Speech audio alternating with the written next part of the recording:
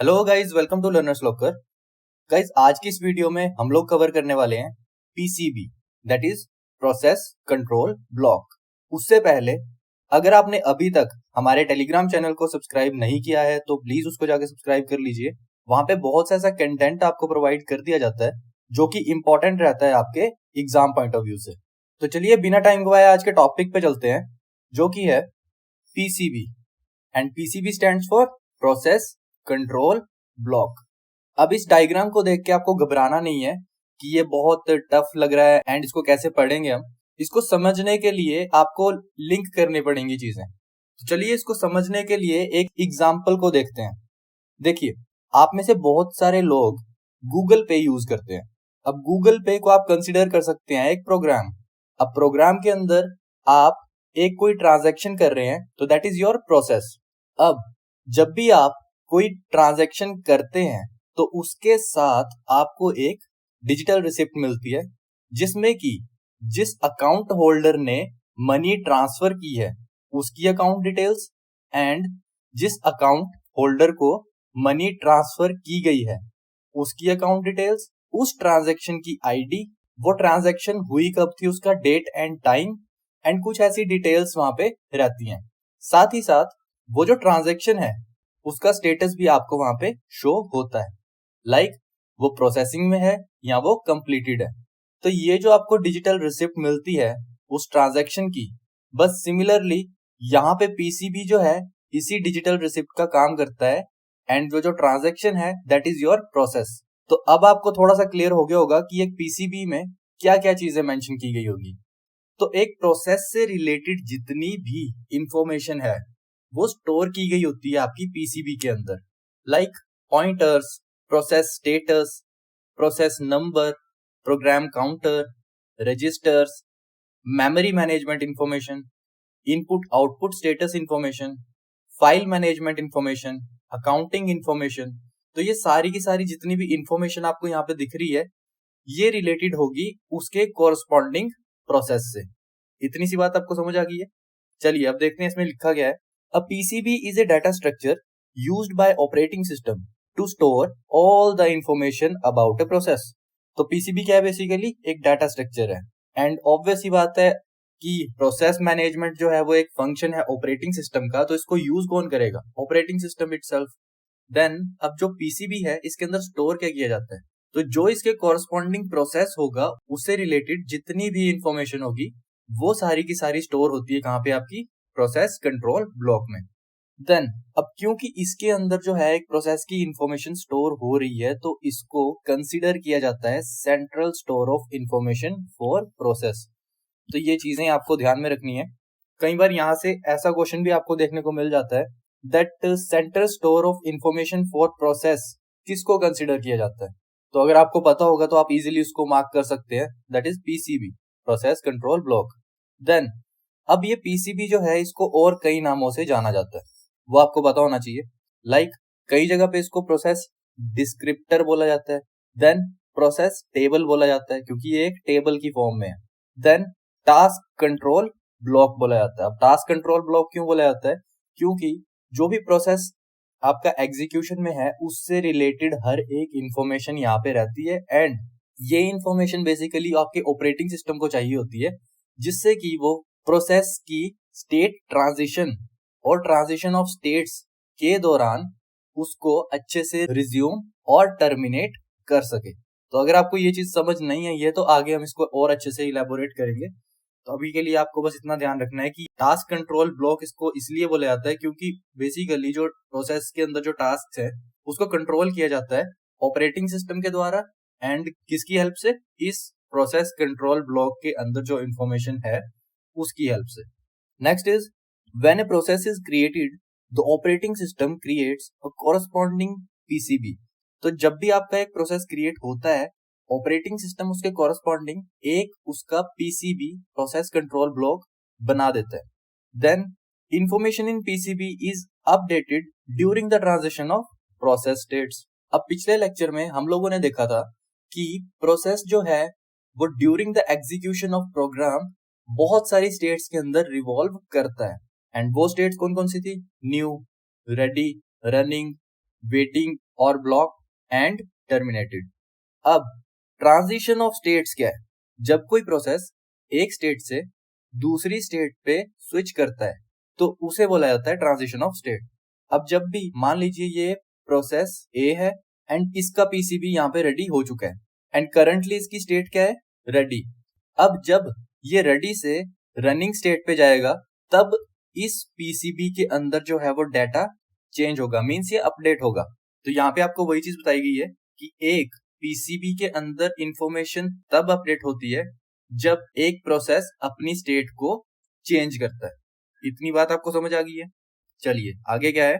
When a process terminates, its PCB is released to the pool of free cells from which new PCB are drawn.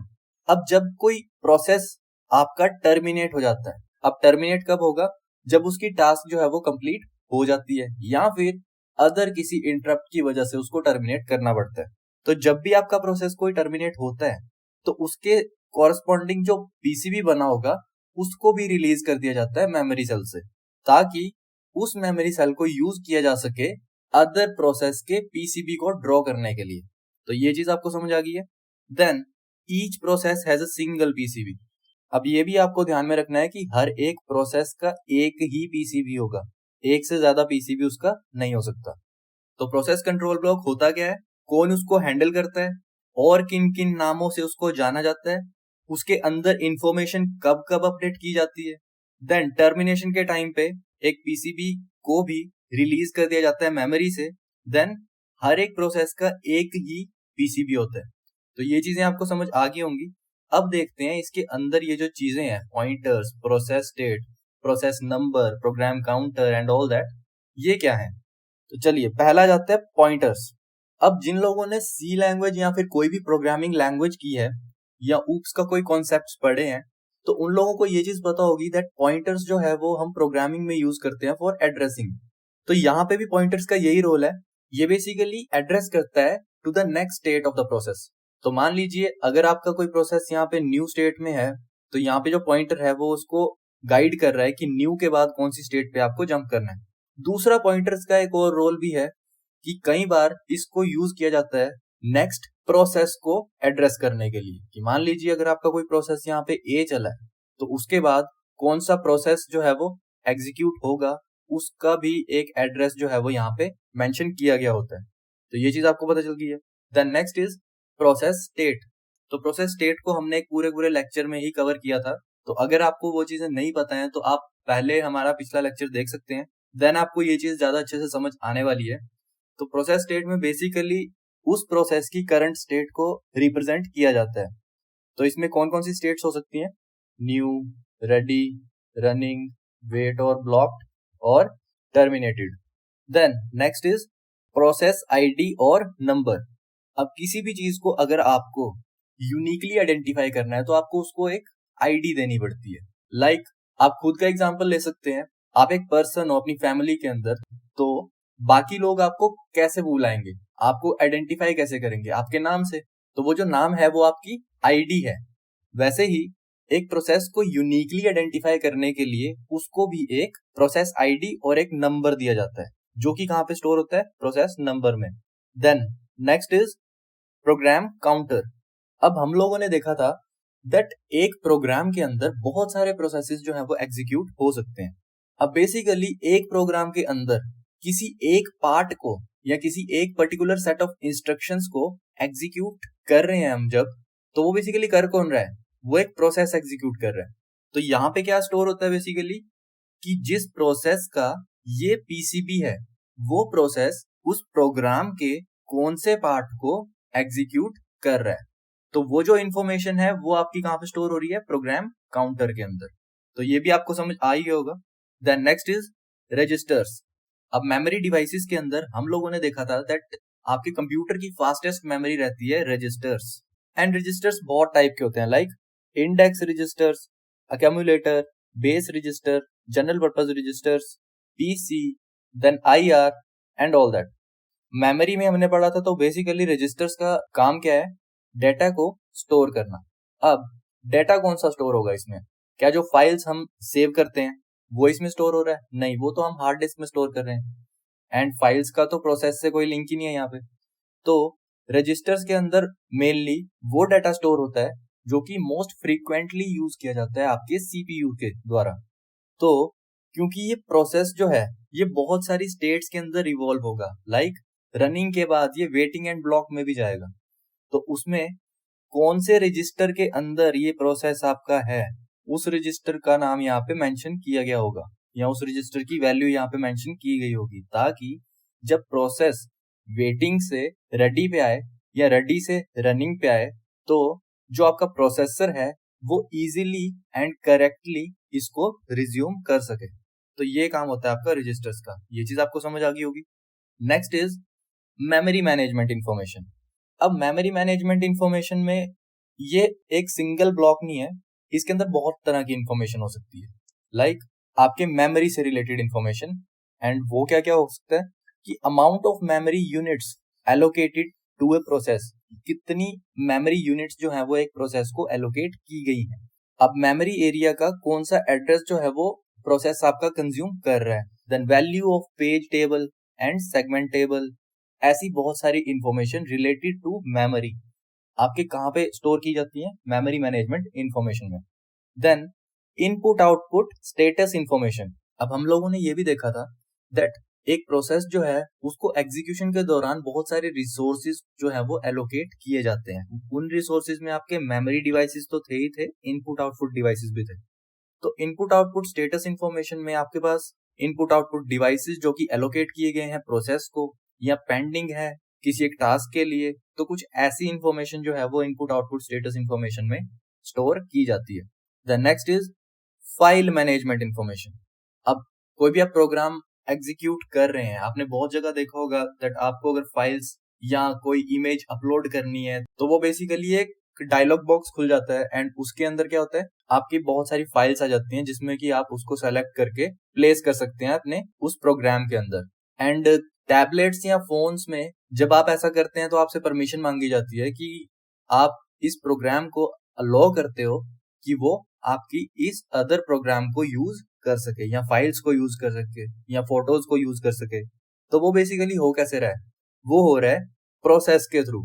And उसमें उस process ने कौन सी files को manage किया है या कौन सी फाइल्स के साथ छेड़छाड़ की है, तो वो सारी की सारी इंफॉर्मेशन आपकी फाइल मैनेजमेंट इंफॉर्मेशन के ब्लॉक में मेंशन की गई होती है।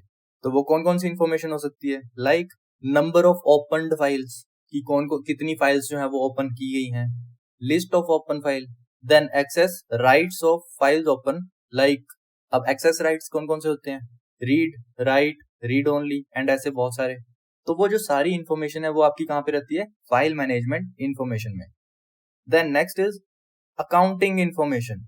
अब अकाउंटिंग इंफॉर्मेशन में सीपीयू कितना यूज किया गया है प्रोसेस के ऊपर एंड रियल टाइम में कितना यूज किया गया है, टाइम लिमिट क्या थी उसकी। तो ऐसी इंफॉर्मेशन जितनी भी है वो सारी की सारी अकाउंटिंग इंफॉर्मेशन में आपकी स्टोर रहती है। तो ये आपका प्रोसेस कंट्रोल ब्लॉक था। एंड इसके अंदर एक कॉन्सेप्ट आपको और समझना है अभी, दैट इज प्रोसेस कॉन्टेक्स्ट। तो इसमें आपको घबराना नहीं है।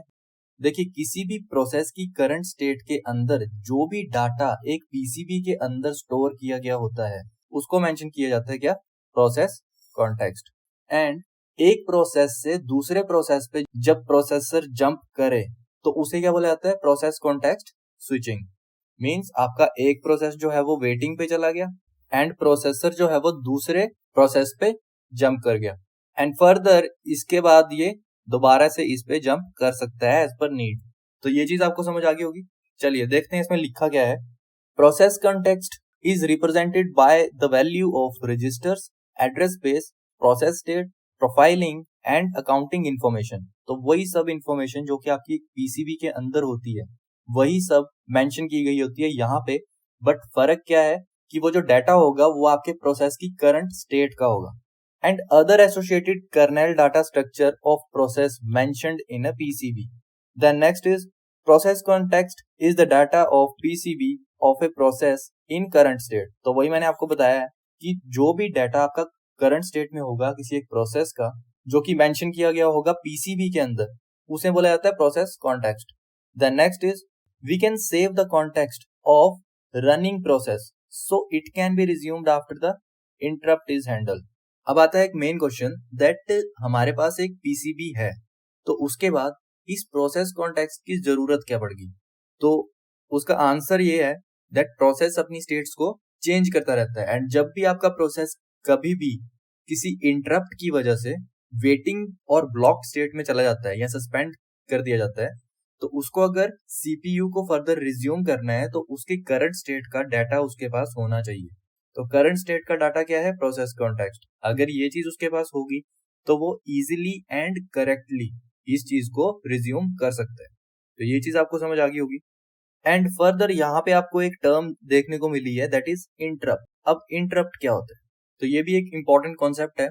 देखिए हम लोगों ने पिछली वीडियो में एक एग्जाम्पल देखा था दैट इज क्लास टीचर कि आपने एक नोटबुक सबमिट करवा दी थी अपनी क्लास टीचर को एंड नोटबुक को कंसीडर कर रहे थे हम क्या? एक प्रोसेस।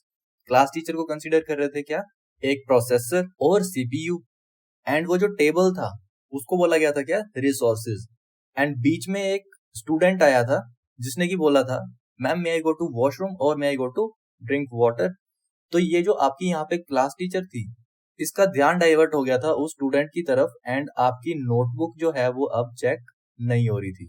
तो ये जो प्रोसेस था आपका ये चला गया था वेट स्टेट पे एंड मेनली ये जो स्टूडेंट यहाँ पे आया है ये काम कर रहा है एक इंटरप्ट की तरह। तो कंप्यूटर सिस्टम में क्या होता है कि जब भी आप कोई एक की भी अगर प्रेस कर रहे हैं या कोई भी एक अदर कमांड आपके कंप्यूटर सिस्टम में जा रही है तो वो एक प्रोसेसर और एक सीपीयू के लिए इंटरप्ट सिग्नल्स का काम कर रहे हैं। मान लीजिए आप टाइपिंग कर रहे हैं अपने कंप्यूटर सिस्टम पे तो एमएस वर्ड प्रोग्राम आप यूज कर रहे हैं एंड उसके अंदर बहुत सारे प्रोसेसेस ऑलरेडी रनिंग में होंगे। अब आपने यहां से प्रेस किया कोई भी की, मान लीजिए आपने W प्रेस किया तो एक इंटरप्ट सिग्नल जाएगा तुरंत किसके पास? सीपीयू के पास एंड उसको ये चीज समझ आएगी कि कुछ तो एक्स्ट्रा या एडिशनल हुआ है। देन फर्दर उसकी जो इंस्ट्रक्शंस हैं उनको मशीन कोड में ट्रांसलेट किया जाएगा, देन उसको प्रोसेस किया जाएगा प्रोसेसर के द्वारा एंड फर्दर उसके बाद वो आपकी स्क्रीन पे W टाइप हुआ दिख जाएगा आपको एज आउटपुट। तो कोई भी एडिशनल कमांड्स जब आपके थ्रू या इनपुट डिवाइसेस के थ्रू एक कंप्यूटर में जाती है तो वो काम करती है एज इंटरप्ट फॉर सीपीयू। तो ये बेसिक सा कॉन्सेप्ट है, ये आपको पता होना चाहिए। Then next is this context information is usually contained in PCB. तो जो भी आपकी ये कॉन्टेक्स्ट की इन्फॉर्मेशन है ऑब्वियस ही बात है कि ये पीसीबी के अंदर ही आपकी स्टोर होती है। एंड आपका जो प्रोसेस कॉन्टेक्स्ट है वो डिवाइडेड होता है दो पार्ट्स में। कौन कौन से? First is hardware context and second is software context. अब इसके अंदर hardware context and software context में आपको पजल नहीं होना है। जो भी इंफॉर्मेशन आपके हार्डवेयर के साथ रिलेट कर रही है that is your hardware context, like registers, like input output, then accounting. And जो भी इंफॉर्मेशन आपकी सॉफ्टवेयर के साथ रिलेट कर रही है that is your software context, like pointers, like process states, like process number, program counter. तो इससे ज्यादा डेप्थ में हमें घुसने की जरूरत नहीं है इस चीज के। आई होप आपको ये चीजें समझ आ गई होंगी। एंड अगर आपकी कोई भी क्वेरी है या प्रॉब्लम है आपको किसी कॉन्सेप्ट में तो आप डायरेक्टली उसको हमारे कमेंट सेक्शन में पूछ सकते हैं। हम लोग डेफिनेटली उस चीज को रिजॉल्व करने की कोशिश करेंगे। एंड गाइज अगर आपको वीडियोस पसंद आ रहे हैं तो प्लीज वीडियोस को लाइक कीजिए, चैनल को सब्सक्राइब कीजिए एंड शेयर कीजिए अपने फ्रेंड्स के साथ ताकि उन तक भी ये इन्फॉर्मेशन पहुंच सके। चलिए मिलते हैं अपने नेक्स्ट वीडियो में, तब तक के लिए थैंक यू।